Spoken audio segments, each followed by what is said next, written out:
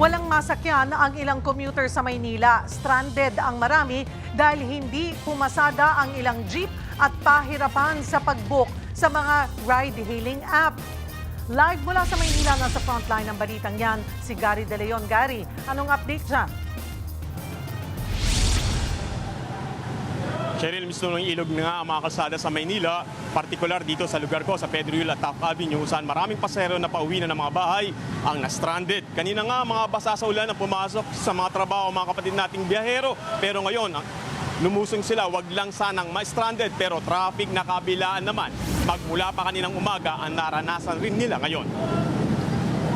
Maghapon ng ulan, bukod sa baha, matinding traffic naman, ang naranasan kabilang na ang P.O. Campos Street.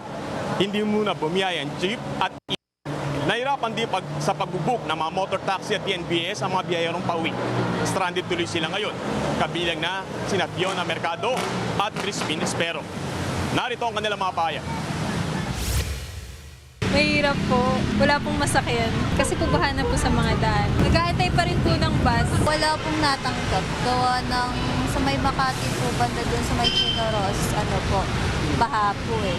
Galing po ako sa may poblasyon, isang oras po ako nag-antay doon. Tapos ngayon lang po nakapunta dito. Bukod dyan, mahaba rin ang pila sa LRT station habang siksikan at tayuan sa mga bus. Kanina nga, nagmisto ng ilog ang mga kalsada sa Espanya, Manila. Kanya-kanyang diskarte ang mga motorista sa pagdaan sa mga bahang kalsada. Ganyan din ang nangyari sa Avenida sa Arpapa, Maynila, mula sa Manugit sa Abad Santos hanggang sa boundary ng Maynila at Caloocan. Kaya ang mga motorista dumidiskarte sa pagdaan sa lugar. Mag-aalas 5 rin kanina, baha pa rin sa Santa Mesa, Manila habang stranded ang mga sasakyan.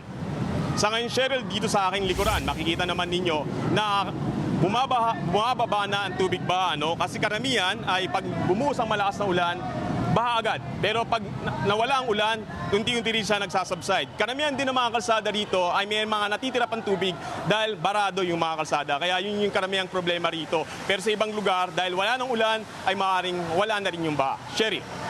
Maraming salamat, Gary De Leon.